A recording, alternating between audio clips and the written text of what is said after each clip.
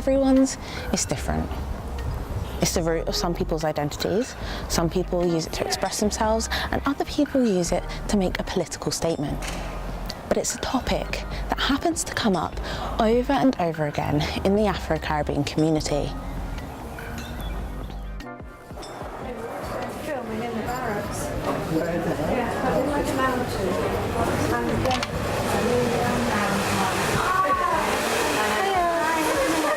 I was just wondering, do you guys do Afro-Caribbean hair?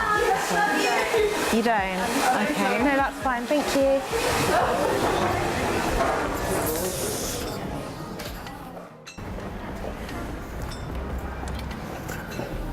Hiya, I just had a quick question. Do you guys do Afro-Caribbean hair? Sorry? Do you guys do Afro-Caribbean hair? Or? I don't. I think Hayley, manager, does, but she isn't in today.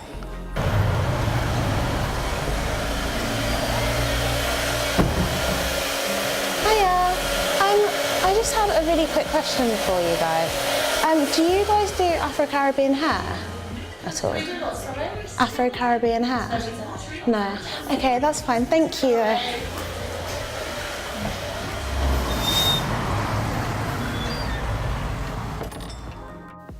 Out of the 12 hair salons that I contacted, 9 told me they currently don't have anyone who specialises in Afro hair. Hair is always brought up for various reasons, but I've always felt that it's particularly because there is so much to talk about. From choosing hairstyles, to what's socially acceptable, to the natural movement, to the huge discussion of cultural appropriation. Fact remains that Afro-Caribbean hair has always been a thing. When brought into other cultures, women would change their hair to adapt to the Eurocentric standards of beauty. The protective hairstyles that we wear as black women today have become trendy. After being brought into the Western world during slavery times, locks, twists, braids and afros have been adopted by other cultures and celebrities and therefore accepted by the world. Growing up, I hated everything about my hair. It was so important to me that it was neat and tidy, but most of all, I wanted to fit in. Being a fan of dolls especially had a huge impact on me as a child, because everywhere I turned was long, straight hair, and all I wanted to know was why was there no doll with hair like mine? Even celebrities were wearing wigs, weaves, and relaxing their hair, which I didn't understand at the time. I thought there was something wrong with me. But my parents encouraged me to love my culture and play with dolls that had different textured hair when they came out. But it was never quite the same. I've always found it quite difficult to manage, especially being a swimmer from a young age, so I began to straighten it, including chemically, which isn't good for your head or your hair. In secondary school, I quit swimming, but started up again in university where I began to embrace my natural hair more. But living in a less diverse city with limited resources for Afro-Caribbean hair meant that I had to travel outside of Winchester to get my hair done, which was a massive shock because I didn't do any research beforehand. Recently, I have experienced having to do it more for myself because of swimming regularly and finding that travelling and getting people to do it for me is too expensive. Because of this, I've learnt more about my hair and myself. But I'm not the only student with a story. Why do you think that hair is such a prominent and spoken about issue in the black community? I think it's maybe because people never really accepted their hair for what it is. Most of the time you would have the idea of your hair is too thick and it's too hard to manage, so why not just straighten it?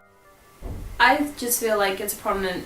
It's like a massive topic of discussion just because our hair is unique, and especially when you're in the Western world, we're not really surrounded by many people with our hair, so obviously people want to know what it is. But I think black people have the most diverse type of hair, especially nowadays, social media, having to watch people who especially hair videos, people who have naturally just luscious, gorgeous hair doing their different styles of hair and knowing that you can never do that. I feel like it's a topic that's talked about amongst the black community as well a lot, because when you find someone with your hair, you can talk about it, and it's such it has a sort of bonding effect. It's something to bond over, and you can create friendships over it because there's a lot that goes into it, and there's a lot that you can talk about regarding hair.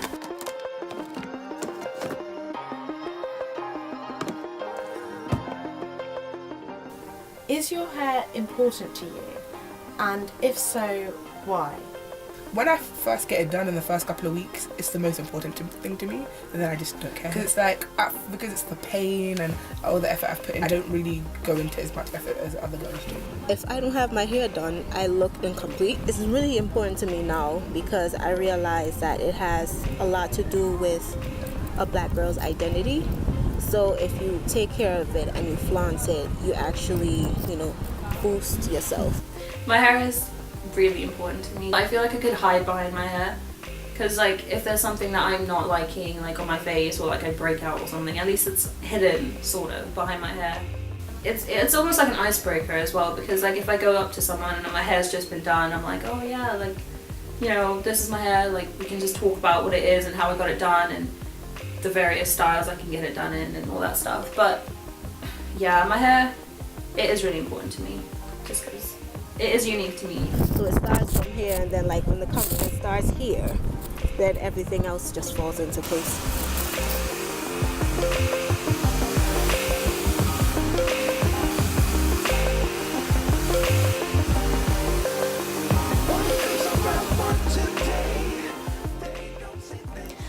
I'm just getting ready now to take Megan to the hairdressers. She's getting her hair done for a trip that she's going on, and she's getting something called crochet twists. Crochet twists are just twists that are already made and then crocheted into the hair. She's actually at home at the moment, so I'm going to go down to Farnborough and meet her there.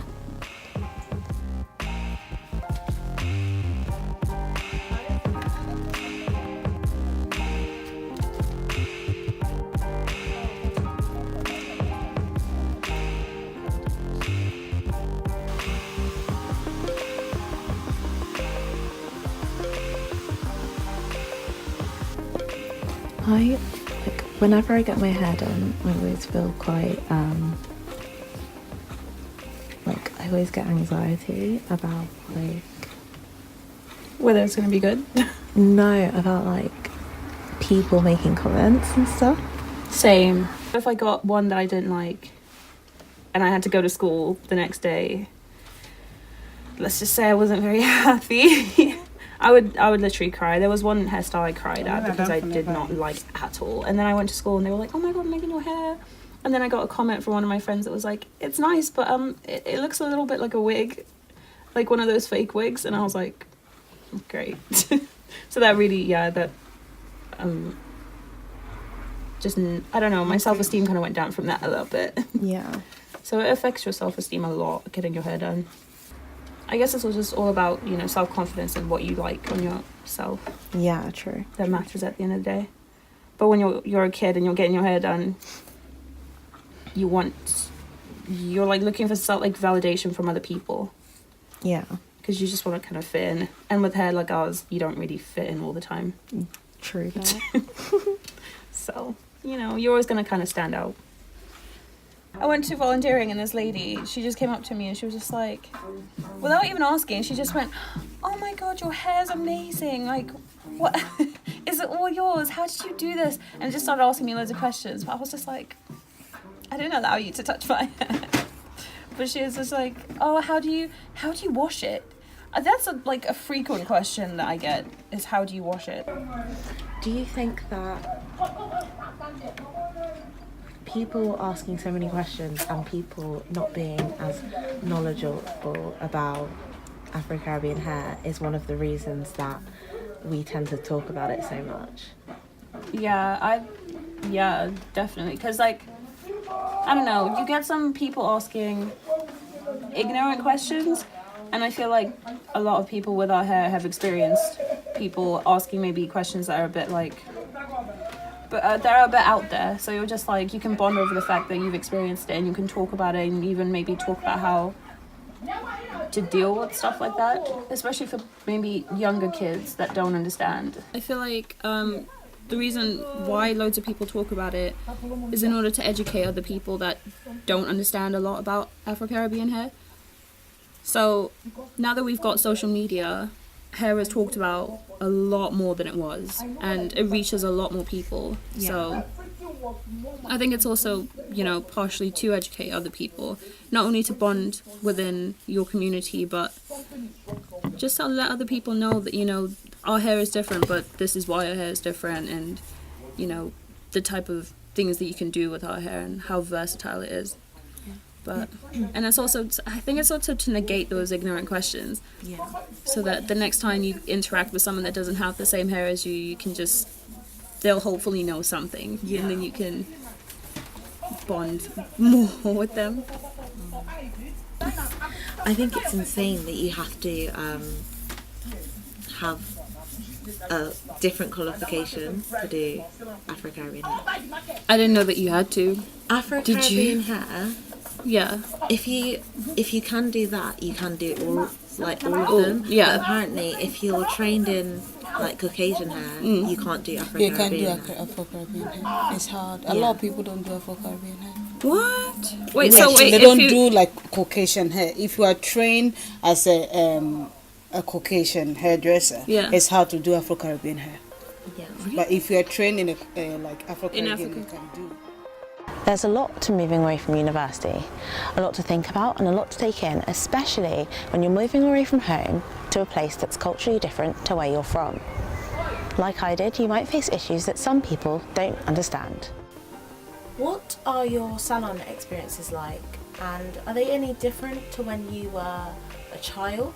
So whenever I was going to salon, and this person has been at my house before, they've cooked me dinner, I've babysat their kids, because I'm usually the oldest of all the, so it's they'll be talking to me, they'll be asking me about my school, so it's very much a thing. I'll put my headphones in, I'll be watching something, and our auntie will be like, oh, I was watching that the other day as well. So it's very much of a community. Getting my hair done is a fun experience for me. Most of the salon experiences I've had have been pretty positive. I feel like it's a little community and they treat you as if they've known you for years. So once you keep going there, it's you become regular and they know you, and you just kind of talk about life and talk about what's happening in both your lives. And it's fun. I never really went to salons as a kid, so I only really I only started getting my hair done at salons at 16. I feel the most part it is quite a comfortable environment. You can come in, it's almost like the movies, when they come in and they talk, they just talk to you and they ask you about your day and how what's up with your life, and they even sometimes remember that you went to a wedding 5 months ago, and they'll still be like, oh yeah, how was the wedding, how are your friends? And I'm like, oh, that's really sweet. How can you remember that? Back then, I absolutely hated going to salons because hairdressers would make me feel like my hair is a burden. So I was I didn't like it, and it really dampened how I felt about my hair. I always begged my mother to get a perm or something, because I honestly was the sound, they would express it oh my god, this child has too much hair, I can't deal with it hurts my hand. So I'm okay, I felt insecure about it. What is your attitude to your hair, and has it changed at all? Well, honestly, I have my times when I feel like I want to cut it all off, but now I'm I actually can do more with it versus when I had it straightened. I used to hate my hair, I'm not gonna lie. I hated having it. I wanted to fit into the crowd, and obviously I moved to the UK when I was 9, and then moving into an environment that's mostly white people, and then maybe other cultures that don't have hair like mine. So they had the straight silky hair, and that's something I always grew up being envy of, because I looked at it and being I want that hair, I want to fit in, I want to be able to just have my hair blow in the wind and be and it just seems so easy to manage as well. So I just, I didn't like my hair that much growing up, but my parents would always be oh, just love yourself, you're unique. And I think I'm still growing into myself, and I'm still getting used to my hair, so it's very much something that I'm increasingly liking as I'm growing up, because I'm my hair isn't the same as everybody else's, and there are a lot of people that actually like my hair, so I'm why shouldn't I like my hair? For you, what was it like to move away from home to university with your hair? I was not prepared at all, and the thing is, because the discussion was when my mum realised I was going to Winchester, she's so you have to come home every 6 weeks. And she even looked up some places in Southampton, but it's just about pricing as well, so it's just she's if you feel you can't afford it. Well, I think it was more so, will I be able to get my hair done when need be? I think is when I got here, that's when I thought about it. Oh, how am I gonna really manage this head? Yeah. Like, I have to look presentable in public. Moving here, I found that there's no salons that cater to my type of hair. So, I don't know, moving here, it stressed me out a little bit just because I was like, that means I can't get my hair done as frequently as I want to, and that means like I have to find places that do cater to my hair, which is hard, and like moving away from some people that you trust with your hair, and then having to put your trust in somebody because else. I live in South London and it's very multicultural. So my mum always knows someone who can do hair. So even if we don't go to a salon, one of her friends can come over, one of the aunties can come over, do my hair real quick if I have like a trip or something to do. If you could start the process of moving away from home to university again, is there anything that you would either change or do differently? When I just came, I was just transitioning, so I was just getting to like understand my hair for real. So it was like sometimes I know I'm not gonna be able to deal with my hair. So is there a solution? Like, are there hairdressers that will understand what I'm talking about when I said I need braids or I need Molly twists or something like that? Will they be able to understand me? Check if there's salons that cater to my hair type. I would have learned to do my own hair more. So I can't do full hairstyles, so it's like I would have spent more time learning how to do my hair for myself because it's quite expensive. I would just make sure that there's like places, even in a close area, that can do my hair, or there's like products out there that I can use on my hair and I can do on my hair as well. Doing my hair it's very important to me, and it's like a big part of my life in a way. Just because like if I don't have my hair done, I don't feel put together. The one thing that all of the people I spoke to couldn't stress enough was about self-love and confidence. The truth is that hair isn't a small topic, it's a large one, and from it stems an abundance of things we can talk about. So no matter who you are, what you feel about your hair, or how you got there, it's important to embrace it.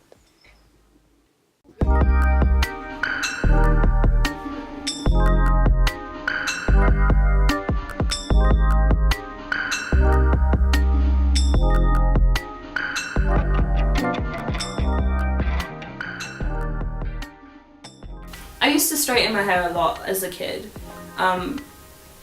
just because like my mum, I guess, thought that was more manageable, and it was more manageable because my hair was then straight, and it was easier to comb through, and it was easier to like style. But it damaged my hair a lot. Like coming here, then I had, my mum would always tell me like, oh, as a kid, like your hair was really long and thick, but like when I was like 10, 11, 12, my hair was a mess. Over the years, I've tried to be natural. Like I decided on my own that I was like, no, I don't want to straighten my hair, I don't want to use chemicals in my hair anymore, and since then it's actually grown like a lot. So before I used to live in Nigeria, and in Nigeria everyone has the same haircut, so girls would get their hair shaved as well. And so when I got here, my mum was very big on hair, and so up until like year 9, people did not know what my natural hair looked like because my mum was on it. Because it's, those things where it's like your parents are the most harshest people. So when my mum does my hair, it's like she's pulling the roots out because she likes a clean look. So when she makes sure, like, when she does the partings, they're extra smooth, and it's one of the, so that's literally was one of the main reasons when I was younger I hated getting my hair done, because my mum would sit down and she would proper focus and make sure all the edges were right, all the lines were perfectly straight, and my head was being moved up, down, upside down, turned around, and it was My hair actually forced me to be a bit more creative, in a sense where it forced me to learn more. But it actually allowed me to realize that if I explore more, then I can actually do a whole lot of things that will show how unique I am, and it's a way to express yourself. So I think that if I didn't went through this hair journey, I wouldn't know how to express myself in a certain way. So